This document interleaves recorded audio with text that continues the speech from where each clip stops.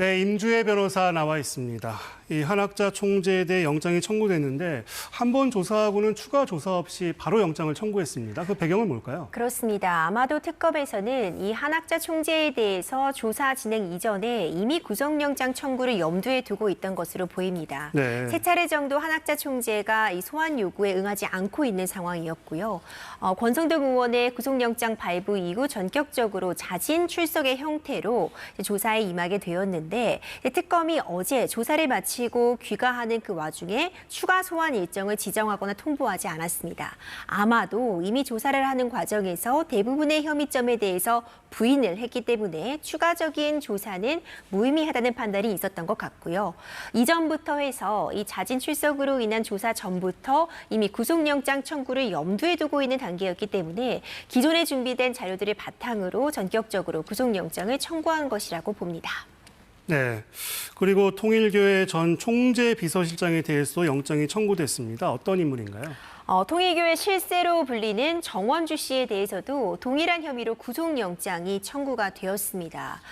지금 2015년도부터 비서실장으로 통일교회에서 사실 핵심적인 역할을 담당하고 있는 인물로 알려져 있습니다.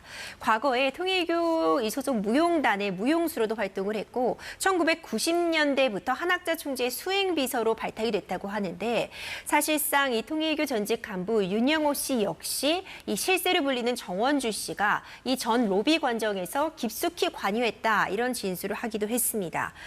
이 결국 정원주 씨 역시 어떤 자금의 흐름이라던가 통일교의 현안에 대해서 가장 잘 알고 있는 당사자이기 때문에 지금 특검 측에서 바라보고 있는 이 청탁과 관련해서 핵심적인 역할을 담당했다는 것이 특검 측의 시각입니다. 그 영장 청구에 대해서 통일교 측의 입장이 나와 있는 게 있습니까? 그렇습니다. 이제 통일교 측에서는 오늘 전격적으로 구속영장이 청구된 부분과 관련을 해서 지금 특검이 법과 원칙에 따른 수사를 하고 있지 않고 여론을 의식한 조치를 보이고 있다. 이것은 국제적인 종교 지도자에 대한 탄압이다. 이런 입장을 밝히기도 했습니다. 결국 구속영장 실질 심사 결과에 따라서 구속 여부가 결정이 될 것 같고요. 지금 받고 있는 혐의점들이 정치자금법 위반이라던가 청탁금지법 위반, 증거인멸, 공금 횡령과 같이 굉장히 굵직굵직한 죄목들이 담겨 있기 때문에 이 구속영장 실질 심사에서 과연 어떻게 방어하느냐가 핵심적인 쟁점이라고 봅니다.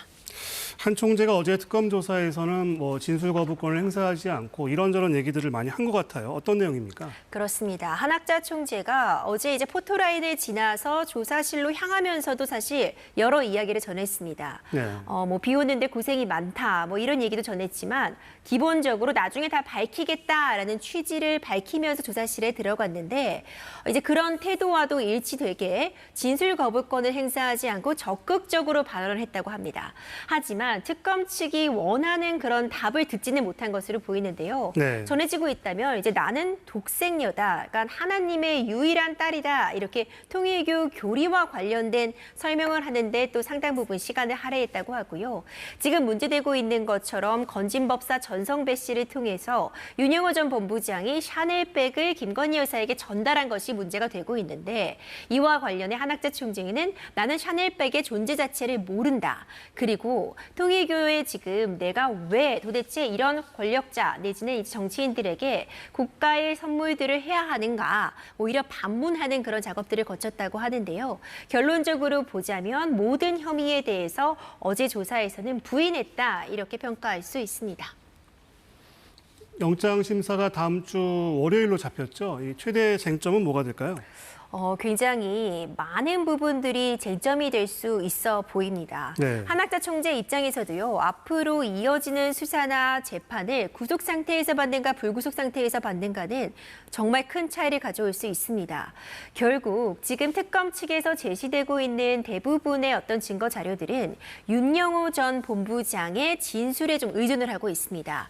어떤 고가의 제품, 샤넬백이나 이런 목걸이들을 구매한 당사자가 윤영호 전 본부장이고요. 윤영호 전 본부장이 건진법사 전성배 씨를 통해서 김건희 여사에게 전달하려고 한 이 상황에서 결국 윤영호 전 본부장도 한학자 총재의 지시를 받아서 이런 제품을 구입하고 전달한 것이다라는 부분을 특검 측이 입증을 해야 되기 때문에 과연 이 윤영호 전 본부장의 이런 로비 활동에 관련해서 한학자 총재가 알고 있었는가 내지는 지시하였는가 이 부분에 대해서 이제 특검 측은 이것은 지시가 있었다, 알고 있었다라는 부분을 강조하고 역으로 한학자 총재 측에서는 이것은 윤영호 전 본부장 개인의 일탈 행위라는 점을 강조하면서 치열한 공방을 이어가리라고 봅니다. 네. 그리고 김상민 전 검사가 구속됐습니다. 구속 사유는 법원이 증거인멸 염려를 들었는데요. 그 배경이 뭘까요? 일단 어제 있었던 구속영장 실질심사는 김상민 전 검사가 유죄인가 무죄인가 보다는 현 시점에서 증거인멸의 우려가 높아 구속이 필요한가가 쟁점입니다. 네. 이제 그런 부분을 좀 집중해서 본다면 어제 있었던 구속영장 실질심사에서 김상민 전 검사는 사실상 모든 혐의에 대해서 부인을 했습니다. 하지만 특검 측은 일정 부분 물증 등을 제시하면서 이우환 화백의 그림을 구매했고 이것이 김건희 여사 오빠 집에서 발견된 이런 일련의 과정을 보자면 적어도 이것은 어떤 청탁에 대한 대가로서 간 것이다라는 부분이 합리적으로 의심을 할 정도가 범죄 혐의점이 입증됐다는 점 하나, 그리고 이런 물증을 제시함에도 불구하고 모든 혐의에 대해서 부인하는 것 자체가 증거인멸의 우려가 높은 상황이라는 점이 강조가 되어서 이제 구속영장이 발부된 것으로 보여집니다. 네, 앞서 김영훈 기자의 보도 보셨는데요. 특검이 제시한 이 문자 메시지도 영향을 미쳤을까요? 이 문자 메시지가 굉장히 핵심적인 물증으로 작용을 했으리라고 봅니다. 결국 지금 김상민 전 검사는 이 해당 이우환 화백의 그림을 김건희 여사의 오빠의 부탁으로 대신 구매해 준 것이다라는 취지였고 이것은 김건희 여사와는 관련이 없다는 진술을 해왔는데 네. 마치 김건희 여사의 취향을 고려해서 어떤 그림을 고르는 것과 같은 문자 메시지가 발견이 된 겁니다. 여사 그림 취향이 어떠한가 그랬더니 이 그림을 대신 구매해준 사업가 김 씨가 이우환 화백의 그림을 좋아한다는 취지의 답변이 있었습니다. 이제 이런 부분들을 보자면 김상민 전 검사가 해왔던 그 진술과는 모순되는 부분이 있고 이제 뿐만 아니라 이후에 이 휴대폰을 지금 이 사업가 김모 씨에게 바꾸라고 했던 그런 정황들 이런 부분들이 더해져서 증거인멸의 우려가 매우 높다는 판단을 가능하게 한 것 같습니다. 네, 특검이 이제 김 전 검사의 신병을 확보했는데 앞으로 좀 더 조사할 부분이 좀 많아 보입니다. 어떻습니까? 그렇죠. 지금 이 이우환 화백의 그림을 김상민 전 검사 역시 1억 2천만 원을 주고 구매했다고 알려져 있습니다. 그렇다면 그 자금의 출처를 확인하는 것이 굉장히 중요할 것 같은데 지금 김상민 검사의 주장처럼 김건희 여사의 오빠 김진우 씨로부터 그 자금을 받았다면 계좌이체 내역이라던가 만약 현금으로 거래가 되었다면 그 현금을 언제 어디서 어떤 방식으로 건네받았는지에 대한 입증을 하면 될 텐데